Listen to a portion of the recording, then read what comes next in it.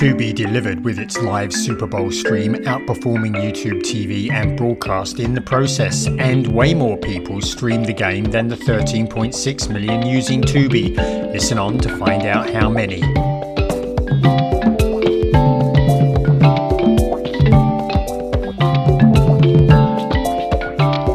Hello and welcome to Inside the Stream. Yes, it's me doing the intro this week because Will is away, and normally when one or other of us can't do it, we skip a week and bring you a classic episode in your feed. But this week I didn't want to miss because we have lots of information on how the streaming Super Bowl went last week. And I've got data on the quality that we saw in delivery, and I've also got the real number of streaming viewers, and it's a lot higher than was reported in the media. So I'm going to quickly review that data with you today, so maybe a little bit shorter podcast than normal, and we'll be back real soon.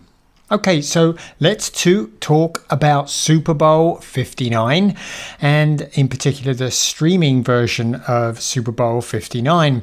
And of course, Tubi was the lead for Fox with the delivery online.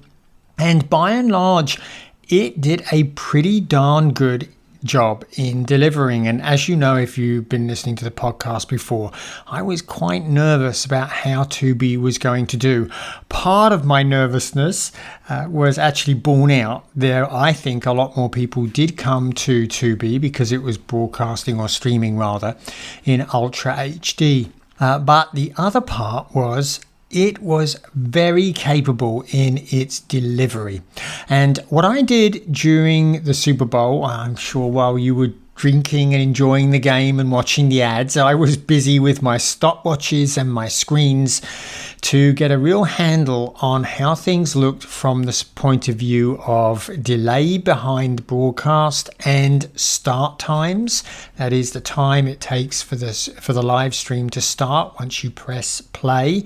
And I also checked on start failures, which is another good indication of quality. So overall, Tubi did a superb job. What I did was I measured the delay from the over-the-air broadcast. My local Fox affiliate is KTVU, and I was watching its over-the-air broadcast, which I have found gives the shorter delay than typically is provided by cable TV providers. And it also, I think, provides better quality than cable TV as well. So that's what I was sort of basing my measurements off. Now look, this is not live because the game is broadcast deliberately well behind what's going on in the arena. But it's pretty much the best that we can do, right? And it's the feed that we're all worried about because when people are watching, they're very often watching the broadcast. So we're worried about delays because if you are far behind the feed of the game, then you're going to see people on social media telling you about plays and touchdowns and action before you've actually seen it. So that's why the delay behind the broadcast, I think, is a very valid measure of how things were going. And as I say, Tubi did a darn good job. I was using Tubi on Wi-Fi, on a mobile network, my T-Mobile network, and through my browser over Wi-Fi as well. And I also used Tubi on my connected TV. And, well, performance was super. The longest delay behind the over-the-air broadcast was Tubi on my CTV, and it was just 1.3 seconds behind on average through the 4 quarters. And Tubi browser on T-Mobile and Wi-Fi were all ahead of my over-the-air broadcast. Tubi on Wi-Fi was 1.6 seconds earlier. On mobile was on average 0.4 seconds ahead, and on the browser was a whopping 3.3 seconds ahead of the broadcast. So that's all great. And one of the other things I did was I compared it with the most popular virtual MVPD YouTube TV. YouTube TV, by the way, is the fourth most popular pay television service in the US. And I'm going to tell you, it was really far behind compared to Tubi. 31.7 seconds on average through the 4 quarters. In other words, an entire down behind. So if you were watching on YouTube TV, then you needed to be careful about watching that social media, because yes, you would indeed have seen spoilers. So that was all to the good with delay for Tubi. They did a super job. And one other thing to bear in mind when streaming the game, one thing that is still a problem is that you could be using the same service from different locations. So you could be using YouTube TV in San Francisco, and somebody could be watching down in LA, and their delay and probably even their start time might be quite different to yours. It could be shorter or it could be longer. That was very clear. I saw some streaming media numbers which, while broadly they agreed with my numbers, the delays that it showed were quite different on services that we tested similarly. So that's one thing about streaming that we all have to get used to, that even when you're using the same service, you can end up with a different delay. The second thing was I was looking at start times. This can be really annoying, and I can tell you, Tubi on T-Mobile's network was pretty annoying. 20 seconds on average to start the stream. So you press start and then you twiddle your thumbs for 20 seconds while you wait for the stream to start. But on the browser and on my Wi-Fi network, it was pretty good. Tubi browser was 3 second starts, and Tubi Wi-Fi was about 5 seconds. On my CTV, my connected TV, start time was about 4.3 seconds, and YouTube TV did much better here.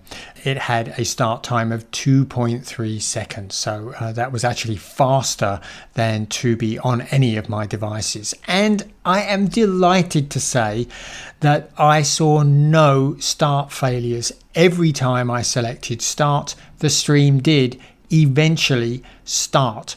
And I was checking all 4 quarters. What I typically did was I would restart the stream at the beginning of the quarter. So that means that I was doing that across 5 different services or 5 different instances of services on different devices. And so in total, that was 20 starts, and never did it fail to start. So that's plaudits to everybody. That's great. I think that really shows that we've come a long way in our delivery.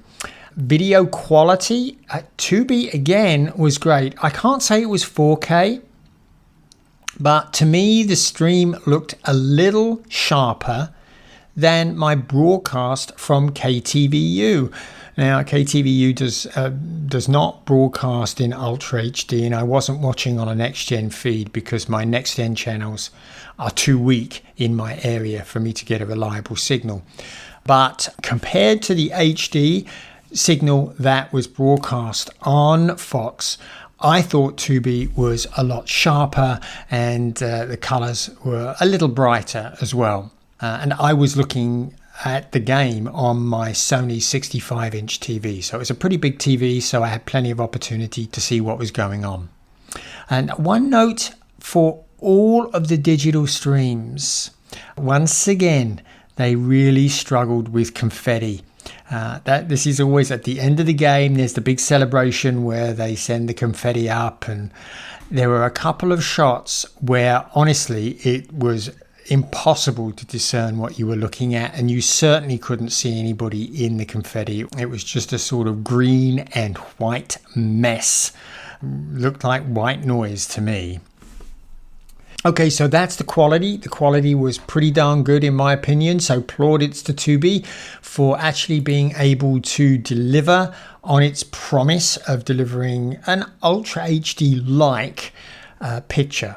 And I should say, one of the reasons why I don't think Tubi looked as good as it could have looked was because actually the game was originally captured in 1080p, and Fox up-resed it to 4K. So they transcoded it up to 4K for Tubi. So that's why maybe it was just a little sharper, but there really wasn't that much difference, I thought, between the 1080p or the HD signal that was being delivered by KTVU and Tubi. So next, I want to talk briefly about the number of people that watched. Now, this was a very popular Super Bowl. According to Nielsen, 127.7 million people watched the game, and that was across Fox Deportes, Tubi, Telemundo, and NFL Plus, NFL's digital properties. And that compares pretty favorably with last year's game on CBS, where 123.7 million people watched. So that's about 4 million more. And that was all to the good. But interestingly, the game captured a household rating of 41.7, which was actually lower than the 43.5 for last year's game. So I got a feeling the reason for this is because Nielsen, who's issuing those ratings, actually measured the out-of-home viewers a little differently. They say they're actually capturing 100% of out-of-home viewers. So I think what actually happened here was the broadcast audience dropped a bit and the out-of-home viewers increased quite a lot. So I think that's why we saw the household rating drop, but the number of people watching increase. But sure, that's the total number. What we're really interested in here, though, right, is the number of people that watched streaming.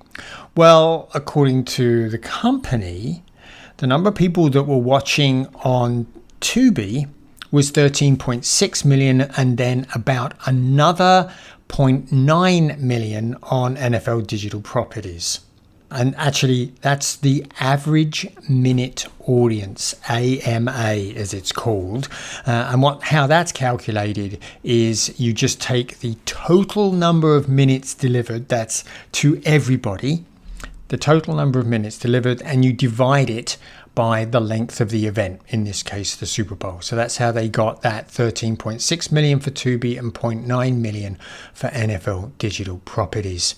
So if you take that at face value, 14.6 million, what you could be led to believe was that about 11.4% of the audience streamed. Well, there's a couple of reasons why it was actually much higher than that. First of all, AMA, average minute audience, does not include a correction for co-viewing to compensate for the fact that most people watch the game with friends and family. I bet you didn't watch it on your own, right? You watched it with a group of people. So first of all, it doesn't compensate for that. And we are talking about the number of people that viewed. And secondly, virtual MVPDs are lumped in with traditional TV viewing numbers by Nielsen. So those numbers get lumped in with traditional TV and they get it basically ignored when you think about streaming. But the truth is, they are streaming viewers. So what I basically do is I go back in and I compensate for both of those in the numbers. So first of all, the co-viewing multiple is actually, I derive the co-viewing multiple from something that NBCU put out in 2023. It stated pretty clearly that it had 6 million unique streamers and that it had multiplied that by 1.9, that's right, to claim a streaming audience of 11.8 million. So I'm just using that same co-viewing multiple.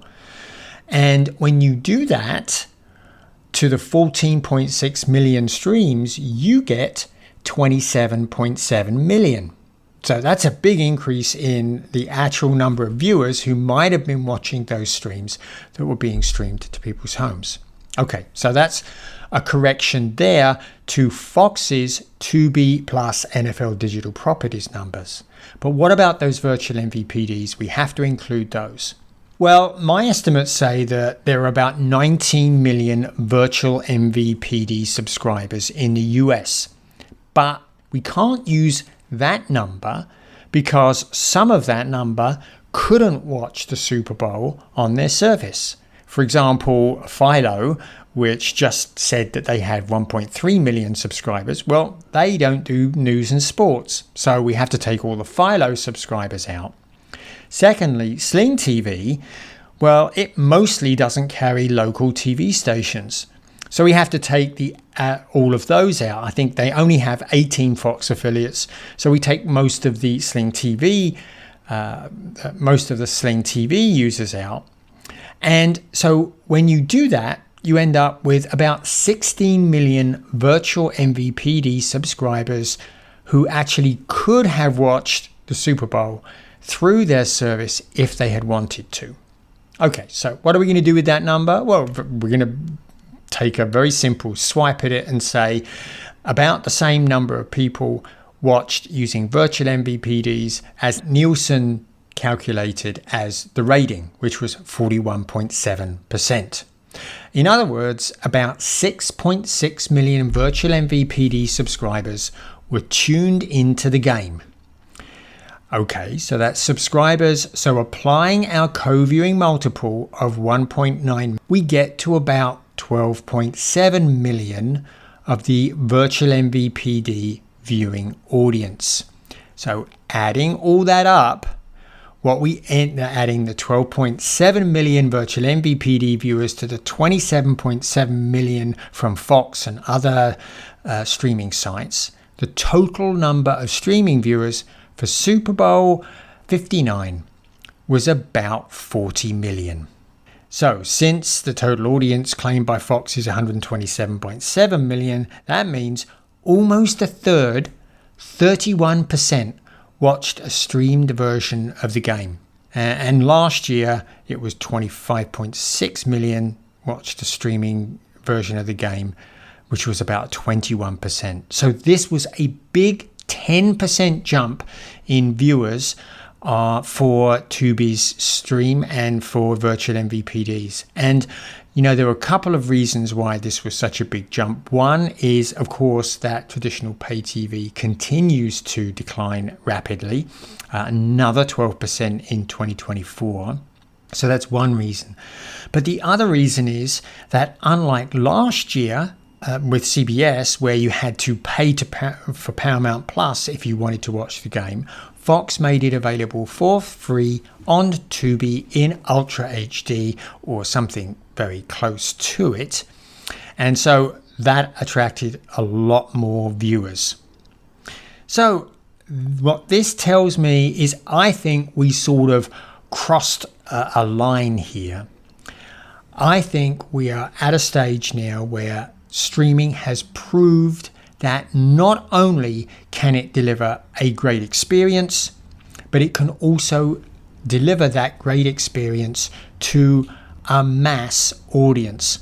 And, you know, we're talking about 40 million people watching the game on streaming. So I think this is a landmark event this year, and it'll be interesting to see how things go next year. Okay, that's it. That's my findings on the Super Bowl. Plaudits to Fox for doing such a great job with Tubi and the streaming. And hopefully we'll be back soon. And I will be back soon too with Inside the Stream.